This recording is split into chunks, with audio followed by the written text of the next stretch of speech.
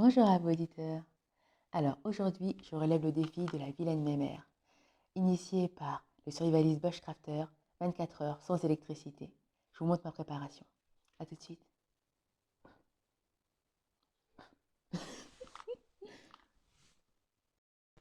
Hey, me revoilà. Alors, vous pourriez vous dire, pour commencer, bon, avoir la lumière, on n'y est pas sans électricité. Et bien en fait, je marche totalement sur Powerbank. Eh oui. Donc, votre petite lumière que vous voyez là, branchée en USB, la Powerbank chargée au maximum. Voilà. La première chose à faire quand on est face à une coupure de courant, c'est d'avoir toutes ces power banks chargées. Donc, on n'attend pas que ça arrive pour les charger parce que forcément, c'est trop tard. Toutes mes power banks sont chargées régulièrement, une fois par mois, une fois tous les 2 mois. En fait, je fais le tour de tout ce qui est branchement USB ou chargement et je vérifie que tout est bien chargé parce que quand j'en ai besoin, il faut que ça fonctionne. Donc, cette power bank, je l'ai depuis quelques temps et elle a une particularité. Hop, elle se charge également en solaire. Donc, on peut soit la brancher sur une prise pour la recharger, soit la charger en solaire.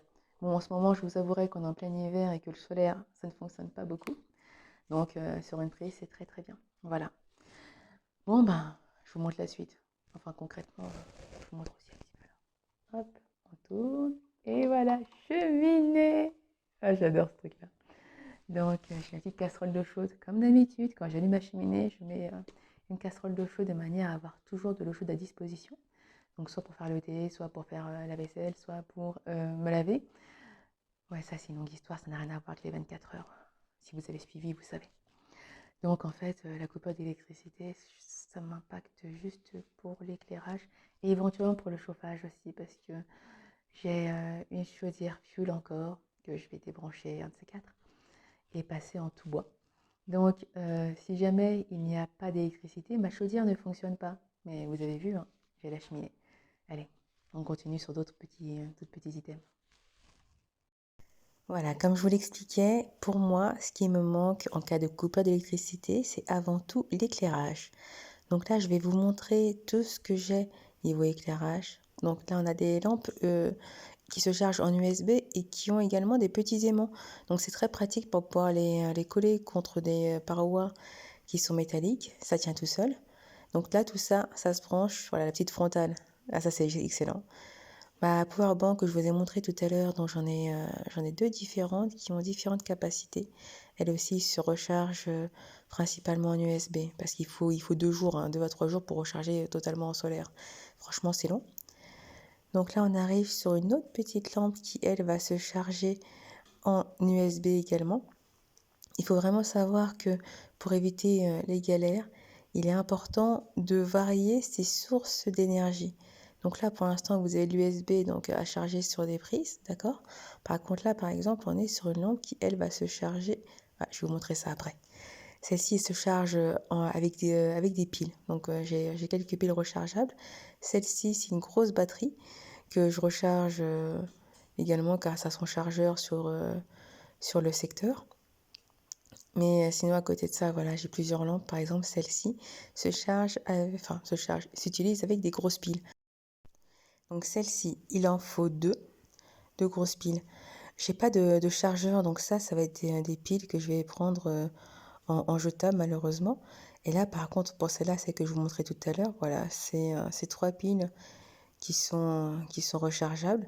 J'ai plusieurs tailles de piles rechargeables et j'ai notamment un chargeur qui me permet de charger 16 piles en même temps. Voilà. Donc que ce soit des triple A ou des double A, franchement, voilà, il arrive. Voilà, celui-ci, il est juste au top. En plus, avec les deux ports USB, je peux également charger mes lampes qui sont rechargeables en USB. C'est vraiment pratique. J'ai pas le temps d'avoir un chargeur qui fait 4 piles, puis 4 autres piles. Vraiment, celui-ci est optimal. J'aime beaucoup. Passons maintenant au panneau solaire. Donc celui-ci, c'est un panneau solaire qui est facilement transportable. Il va jusqu'à 100 watts celui-ci. Concrètement, en principe, je ne devrais pas en avoir besoin parce que si j'ai besoin de charger un téléphone ou autre, j'ai les powerbanks qui sont toujours chargés, mais sait-on jamais, il est toujours intéressant d'avoir un petit panneau solaire si jamais la coupure dure plus de 24 heures. J'ai eu la remarque il y a peu par rapport à tous mes systèmes qui se chargeaient en USB, en me disant, tu verras que les piles, ça dure quand même plus longtemps que les batteries USB. C'est vrai que mes lampes que j'ai ne sont pas du top niveau, et donc c'est vrai que les capacités sont relativement réduites. Mais bon, avec un petit panneau solaire comme ça me permet, voilà, vous voyez, il y a des ports USB, ça me permet de les charger et d'être un peu plus autonome. Voilà pour l'éclairage, on va passer au chauffage. Donc la cheminée me permet donc d'avoir un point chaud dans la maison, mais également de maintenir au chaud une certaine quantité d'eau chaude, que ce soit pour la vaisselle, pour l'hygiène ou également pour faire du thé. Voilà, j'ai deux récipients différents. On peut également poser une casserole avec la nourriture à l'intérieur. Si vous avez des conserves, vous posez votre casserole directement sur le poêle et il faut être un peu patient et vous pouvez faire chauffer votre nourriture. Voilà, on passe à la douche. Je vous montre ici le système que j'utilise tous les jours. Moi, habituellement, j'ai la lumière, mais j'ai une grande bassine que je remplis avec de l'eau froide, puis avec l'eau chaude que j'ai pu faire chauffer sur le poêle. Honnêtement, euh, en cas de coupure d'électricité, je n'aurai pas une grosse rupture de la normalité, parce que pour moi, c'est la normale, en fait, tout simplement, de devoir aller chercher son eau froide, son eau chaude et de faire le mélange. Pour éviter d'avoir un effet de stress, en cas justement de rupture de la normalité, je pense que se mettre en condition régulièrement, ça nous permet de mieux appréhender les situations où justement on n'a pas l'habitude. Donc pour éviter de stresser, oh mon Dieu, comment je m'organise? Ah mince, j'ai pas de bassine, ah il manque ça et ça.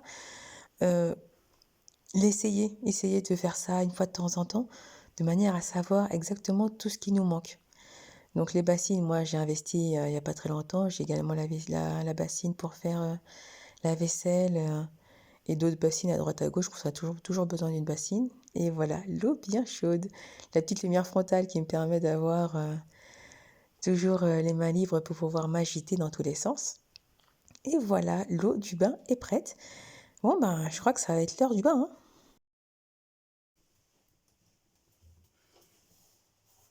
Bon, ben, c'est l'heure du bain? Bah non, je coupe la vidéo, vous pensez bien. Allez. Et le dernier item, la préparation du repas.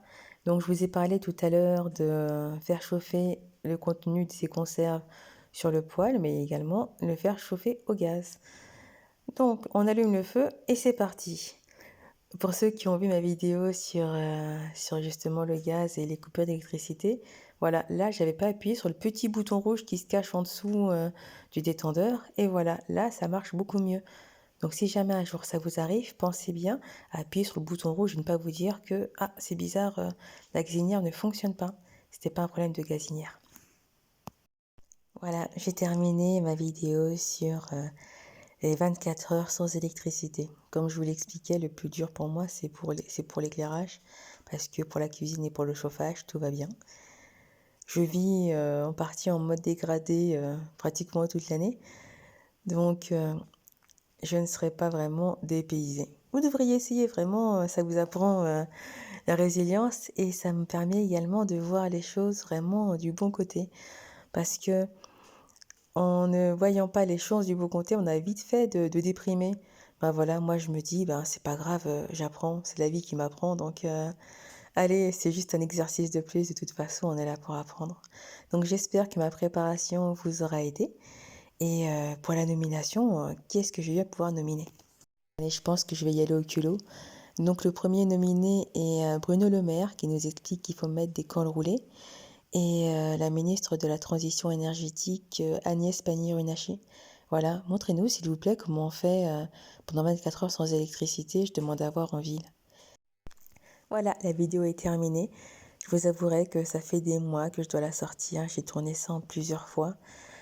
Bon bah écoutez, si ça vous a plu, je vous en prie, abonnez-vous, hein. Moi, ça me fait toujours plaisir. J'ai d'autres vidéos en préparation, je les prends, je les tourne. J'ai pas le temps de faire le montage, il faut qu'il n'y ait pas de bruit autour de moi pour pouvoir enregistrer. Et puis, il y a tellement de choses à faire pour la préparation. Franchement, respect aux youtubeurs qui arrivent à se préparer et en même temps à faire des vidéos régulièrement. Allez, à bientôt!